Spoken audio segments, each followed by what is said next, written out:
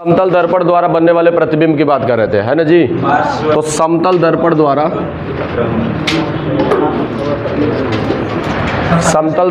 प्रतिबिंब का बनना, ध्यान से समझिए। समतल दर्पण द्वारा प्रतिबिंब का बनना हम आपको बता रहे थे कि पहला पॉइंट हमने आपको समझाया था और प्रूफ भी कराया था, है ना जी।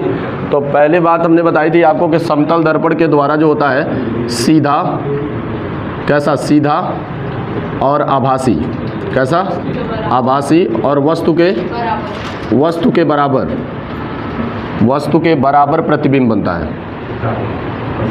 ठीक है, कल हमने ये बात प्रूफ कराई थी कि वस्तु के बराबर प्रतिबिंब बनता है, ठीक है ना।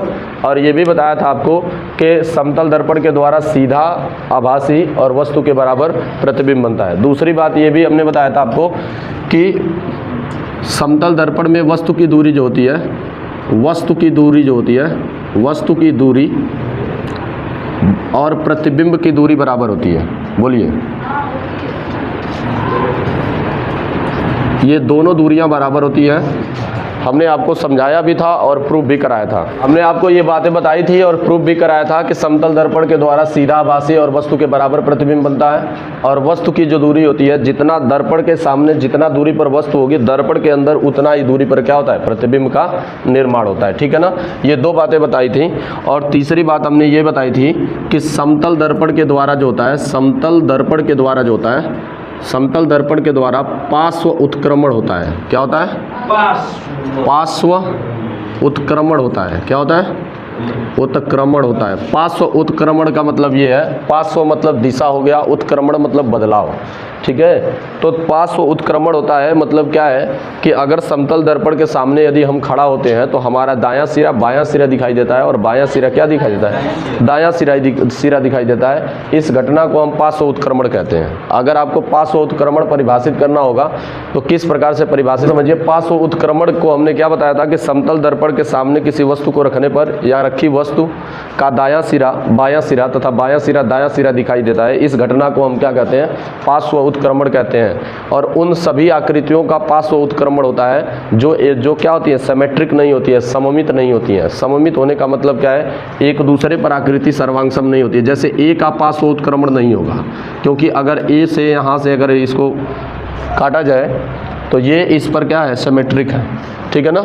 ये इस पर क्या हो जाएगा, सर्वांगसम, एग्जैक्टली परफेक्टली फिट हो जाएगा, ठीक है। तो इसका पार्श्व उत्क्रमण नहीं होगा, ए की तरह ही दिखेगा। लेकिन ई को अगर रखा जाए तो ई का पार्श्व उत्क्रमण हो जाता है। इसके बीच में कोई ऐसी लाइन नहीं काट सकते जिससे ये सिमेट्रिक हो जाए, लंबवत, ठीक है ना। तो क्या है, वर्टिकली देखेंगे, वर्टिकली सिमेट्रिक होनी चाहिए।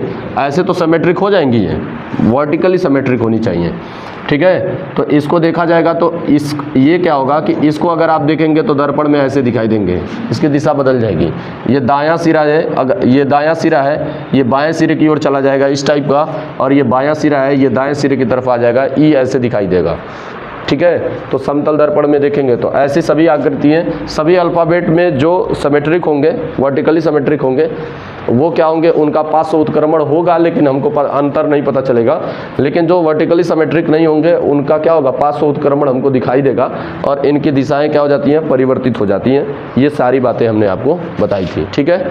अच्छा, एक तरह से ऐसे समतल दर्पण से संबंधित एक प्रश्न ऐसे पूछा जाता है कि एक समतल दर्पण के सामने इतना मीटर, 5 मीटर लंबा एक व्यक्ति खड़ा है।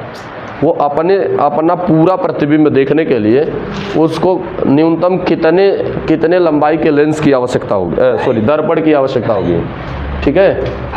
तो एक बात सीधी सी समझ लीजिए कि अगर क्या है कि समतल दर्पण के सामने कोई वस्तु खड़ा है, ठीक है ना, उसको अपना पूरा प्रतिबिंब देखने के लिए, अपना पूरा प्रतिबिंब देखने के लिए उसको अपने लंबाई के क्या है, अपनी लंबाई के आधे लंबाई के दर्पण की आवश्यकता होगी। तो यानी क्या है कि समतल दर्पण में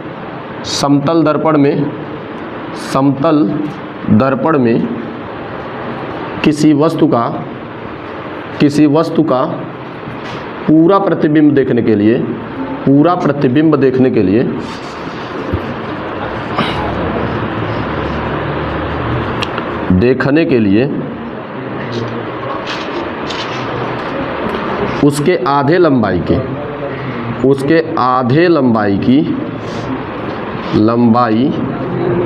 उसके आधे लंबाई के दर्पण की आवश्यकता होगी। आवश्यकता होगी। तो ये एक इम्पॉर्टेंट बात है कि समतल दर्पण में किसी वस्तु का पूरा प्रतिबिंब अगर आपको देखना है तो उसके आधे लंबाई के दर्पण की आवश्यकता होगी।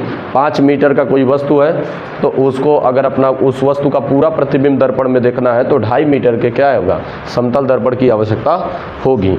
एक तरह से समतल दर्पण से संबंधित ऐसे प्रश्न उठ जाते हैं जो बहुत ही मोस्ट होते हैं। 2 समतल दर्पण को कुछ कोण पर झुका दिया जाए, है ना, 2 समतल दर्पण को कुछ कोण पर झुका दिया जाए तो उससे कितने प्रतिबिंब बन सकते हैं। ऐसा एक प्रश्न पूछा जाता है कि 2 समतल दर्पण है, 2 समतल दर्पण को हमने क्या किया कि 2 समतल दर्पण को कुछ कोण पर रख दिया, ऐसे या ऐसे किसी भी प्रकार से कुछ कोण पर रख दिया। अगर 2 समतल दर्पण को कुछ कोण पर रख देते हैं और उसके बीच में अगर वस्तु रखी जाए तो उस वस्तु का कितना प्रतिबिंब बन सकता है। एक ही प्रतिबिंब नहीं बनेगा, आप देखेंगे कि कई प्रतिबिंब उसके बनते हैं, ठीक है। तो कई प्रतिबिंब बनते हैं, उस प्रतिबिंब की लंबाई अगर आपको प्रतिबिंबों की बनने वाले प्रतिबिंबों की संख्या ज्ञात करनी है। एक ही वस्तु के कई प्रतिबिंब बनेंगे और उस प्रतिबिंब की संख्या ज्ञात करनी है तो इसके लिए निम्न 3 सूत्रों की आवश्यकता होगी। उन 3 सूत्रों की सहायता से हम प्रतिबिंब को ज्ञात कर सकते हैं। पहला n बराबर होता है 360/θ, 360/θ -1। ये किस स्थिति के लिए होता है? यदि क्या होगा, n सम हो, नहीं सॉरी, यदि 360/θ का मान जो है सम हो। अगर ये सम होगा तो अगर ये 360 - θ की वैल्यू सम आएगी तो जितना n का मान आएगा उतना प्रतिबिंब बनेगा, ठीक है। फॉर एग्जांपल समझते हैं, जैसे ध्यान से समझिएगा। अगर मैं मान लेता हूँ कि 2 समतल दर्पण है, मेरे पास 2 समतल दर्पण है, एक दर्पण ऐसे हो गया, एक दर्पण ऐसे हो गया, इनके बीच में कोई वस्तु रख दी है, ऐसे कोई वस्तु रख दी है ऑब्जेक्ट, इसका इस दर्पण में कितना प्रतिबिंब बनेगा अगर ये हमको देखना है और ये इनके बीच का कोण 60 डिग्री है तो n बराबर प्रतिबिंबों की संख्या, n क्या है, प्रतिबिंबों की संख्या।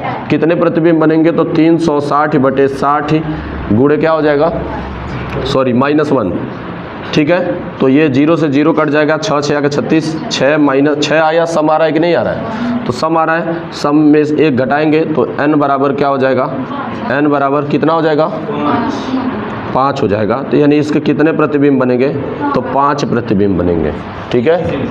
हाँ, ये इन दोनों के बीच में इस रखी वस्तु का 5 प्रतिबिंब बनेगा। कितना प्रतिबिंब बनेगा, 5 प्रतिबिंब बनेगा। एक तो सीधे सीधे इन सरफेसों पर बनेंगे, इन सरफेस पर बनना ही है प्रतिबिंब, कुछ इधर बनेंगे, कुछ इधर बनेंगे, कुछ इस दिशा में बनेंगे, ठीक है ना। तो टोटली मिला करके फाइनली 5 प्रतिबिंब बनेंगे। अब रिफ्लेक्शन जैसा होगा उस हिसाब से देखना होगा, ठीक है ना। तो इसके कुल कितने प्रतिबिंब बन जाएंगे, 5 प्रतिबिंब बन जाएंगे। ये आपके सामने रहा, ठीक है। यदि क्या हो, n का मान जो होगा, अगर 300 n का मान 360/θ रखेंगे, यदि क्या हो, यदि 360/θ बराबर क्या हो, विषम हो। अगर 360/θ का मान विषम होगा, 360/θ का मान विषम होगा, उस स्थिति में जो मान आएगा वही क्या होगा, प्रतिबिंबों की संख्या के बराबर होगी। जैसे मान लेते हैं कि कुछ ऐसा कर लेते हैं, कोई ऐसी संख्या रखिए जिससे विषम आ जाए। कोण हो गया 360 में 120 से अगर भाग दिया जाए, मतलब दोनों ये जो दर्पण है 120 डिग्री के एंगल पर हो तो 0 से 0 कट जाएगा, 12 × 36, तो ये विषम आ गया, 3 आपका क्या हो गया, विषम हो गया। तो इस स्थिति में जब अगर 120 अंश के कोण पर दोनों दर्पण रखे होंगे, अगर दोनों दर्पण 120 अंश के कोण पर रखे होंगे तो इस पे रखे वस्तु का प्रतिबिंब जो होगा वो कितना बनेगा, 3 प्रतिबिंब बनेंगे। तीसरी स्थिति एक ऐसे है कि यदि 360/θ, ध्यान से समझिएगा, यदि पूर्णांक न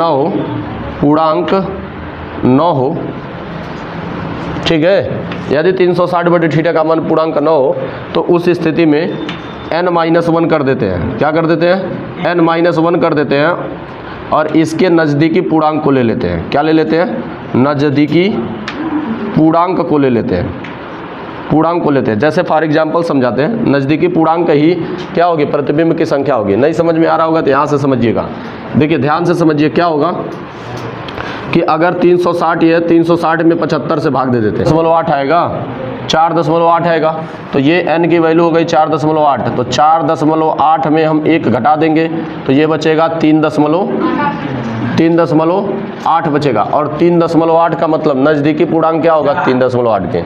3.8 का नज़दीकी पूर्णांक 4 होगा तो 4 प्रतिबिंब बनेंगे। कितने प्रतिबिंब बनेंगे?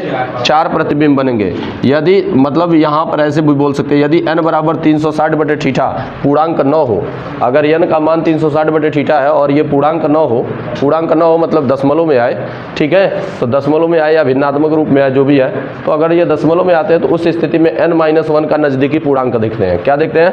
नज़दीकी इंटीजर देखते हैं, इसका नज़दीकी पूर्णांक देखते हैं। तो जैसे 360/75 किए, 4.8 आया, तो 4 n में से क्या किए? 1 घटा लिए, n में से 1 घटा लिए, तो n में से 1 घटाने पर 3.8 आया। और ये किसके नज़दीक है? 4 के कि 3 के?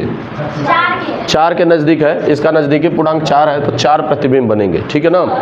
इन सारी बातों को आप नोट कर लेंगे और इसके बाद से आगे पढ़ाएंगे। ठीक है ना?